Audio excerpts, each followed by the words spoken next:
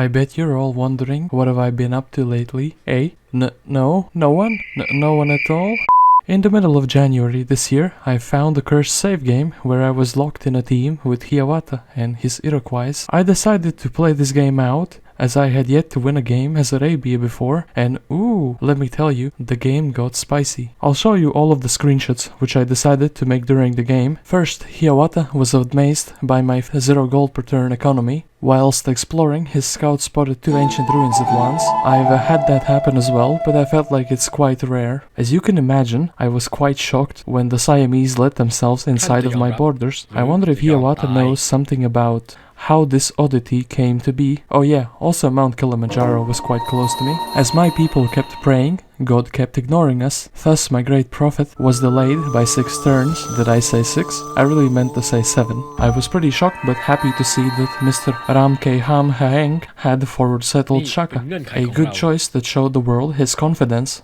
His confidence that Shaka would like a trade route with him. Meanwhile, my neighbor, Kamehameha, decided to go for the cargo ship inside of the lake, which I found to be very cool. Sometime later, I uncovered a plot against my ally. Thankfully, Ramkehang wasn't plotting against me, however, so there was nothing to worry about. I had used one of my great generals to snatch some wild gems, and I was pleasantly surprised that some coal just happened to be exactly below the citadel. We were so confused for 1,000 years about those black rocks there. Turns out they were just coal. While I had a lot of pointy sticks, unfortunately the same could not be said about my so-called ally, Hiawatha, who was falling behind quite badly. At least his national college was well underway. I got notified that I was lacking horses despite only having a single knight. I could have sworn that my boys were using camels and not horses. Perhaps the developers of Sid Meier's Civilization V knew better, but I wasn't the only one expanding. The barbarians were even so bold as to put 2 encampments next to each other, or perhaps I just had old map information. It really could be either the one or the other. Kamehameha went for order as his ideology, and his people were really happy about it. When I reached ideology, there were no free tenants left in order, so instead I decided to go with autocracy. If you hadn't noticed, my empire was growing at a rapid pace, and I wasn't planning on stopping it anytime soon. As always, my advisors were giving me good advice. Well, mostly. We need to continue exploring the seas to find new continents to settle.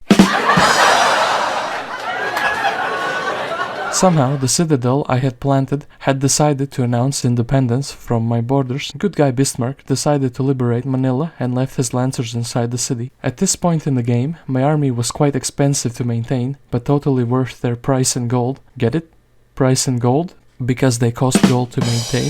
At one point, even the barbarians decided to join the action. My age-old friend and sworn permanent ally was slightly upset with my one versus everyone defensive warmongering. He even liked other civs more than he liked me, his permanent ally. I'm sure that he had his reasons. Why, Hiawatha, why? Somehow, in some strange way, I was the most wonderful leader of this world. Somehow. That's definitely not because of capturing London or anything like that. Don't fall for the English tourism propaganda. You cannot be serious. Elizabeth looked her defeat right in the eye. She was quite angry, but not too much, as we had traded recently. Would you be interested in a trade agreement with you? Then, completely randomly, Civilization decided that my empire didn't have enough gold, and that the most appropriate unit to disband would be the knight that was gifted to me. I was actually quite bummed out about this, as I had like 30 camel archers, from whom multiple were pretty generic. Like seriously, that knight was a reliable capture unit, and had even gotten himself like 2 or 3 promotions. Why him? Why? Why? Those filthy Zulu grave robbers had decided to steal my ancestral treasures. Oh, I'm sorry, I meant to say that our glorious archaeologists were excavating ancient treasures around the world. Kamehameha had built some world wonders for me in my new city, Honolulu. How nice of him. Yeah, hello, what you go? Also, what are these boats doing in my lake? Guys, can you get out? My opponents greeted me with their new toys. Thankfully, arrows also fly up. However, this was quite a bummer. The age of the camel was coming to a quick end. My boy Hiawatha was once again amazed by my superior unit disbanding economy. My troops attacked some poltergeists near the city of Belgrade. Belgrade. Remember friends, you needn't be afraid of cloaking technology if you're riding on top of a camelback. Switching to strategic view just confirmed my suspicion. We were indeed dealing with Ghost Riders. My capable military advisor recommended that I construct some citadels on the flat grassland in the middle of my borders. However, I foolishly chose to ignore his brilliant military advice. Down south, I found another double barbarian camp. Although Hiawatha's last city was surrounded, he was no quitter. Through cunning diplomacy, he was yet to make his last stand. William's capital city itself was somehow making 15 food. I hadn't quite realized it before, but he was quite a powerful adversary. My military got called a laughingstock by a city-state nonetheless. I'm not quite sure what that's all about. I got Hamburg in a peace deal with the Germans. The people were quite happy, although I had to do a peacekeeping military operation that would last just a mere 17 turns. I was told by the Major of Hamburg that we had an aluminum deficit. We're not quite sure what that is. Perhaps an old god in their pantheon or something. They'll get over it eventually. I'm sure it's not that important. After checking the culture overlay, I realized that my so-called ally didn't quite understand what culture is or how it's supposed to be working. I was slowly but surely planting citadels towards the Dutch. One of my riflemen had quite a lot of buffs going for him. For some reason, Bismarck was quite keen on banning trade routes with city-states. It gets even funnier when you realize that he was in team with Venice. My camel archers pillaged some strange metallic structures that were pumping out a black substance that we were yet to identify. For a brief moment, I forgot that the landmarks gave culture based on the era that they are from, and so I ended up making this glorious 2 food 1 culture tile instead of an archaeological artifact. Now that's pretty epic. At this point in the game, I had 34 camel archers, enough to fight at 3 different fronts at the same time. They're quite a strong military unit. The age of the camel was coming to a quick end. Aluminum.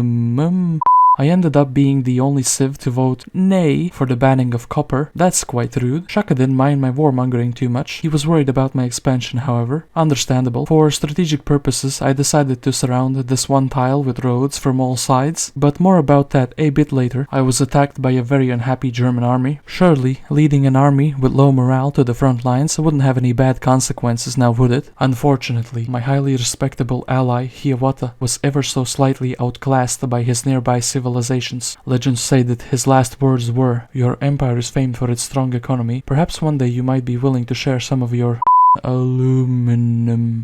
Afterwards, some so-called rebel anti-aircraft guns casually showed up near Berlin. Now it was time for me myself to take to the skies. As I had some oil to spare. The World's Fair was quite bland, since a majority of the nations didn't actually seem too interested to participate in it. One of my great war bombers was left with quite a lot of health remaining after his initial attack. The glorious Arabian nation had nearly 200 oil in our pockets. Now this screenshot is definitely not propaganda to distract you from the fact that one of my citadels got stolen by the AI's culture expansion. Just ignore that. I was considering repairing a farm over some aluminum since I had enough of it already accessible. At this point, I was making really insane culture per turn gains, a new social policy each 5 or 6 turns. My great general generation was progressing nicely. I guess that you could say that some of my camel archers were quite well promoted at this point in the game. I had more promotions than space to display them. After my brave troops captured the city-state of Venice, the whole empire rejoiced. I mean, how could you not? There was this grand forbidden palace in the city that stood at the very edge of the world, and for some reason everyone was super happy that we now owned it. My happiness skyrocketed. My infantrymen found a landmark in the middle of nowhere. I guess Enrico's train of thought was, if I cannot have this antiquity site, then nobody can. Colombo ended up being the richest city-state of this map resource-wise, with 5 different types of resources in its pocket. A great scientist was born in my capital. The same turn I finished constructing Hubble, so there I was with 3 great scientists near my capital. Alas, I could not yet win a domination victory, as I did not own the capital of my ally. Well, at least my strong economy was famed in his empire. In the last couple of turns of this world, sadly Germany got overrun by the very thing that they tried to embargo, city-states. How ironic. Afterwards, I did the last thing that was left. I reconquered my allies' capital city with bombers and paratroopers, and that was the end of this game. And that's how my story ends.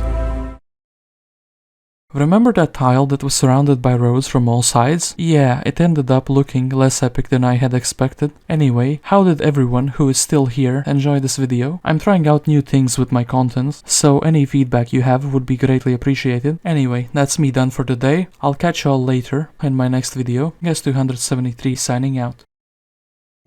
It is difficult to see how any rational human being subscribes to such a notion, but obviously many do.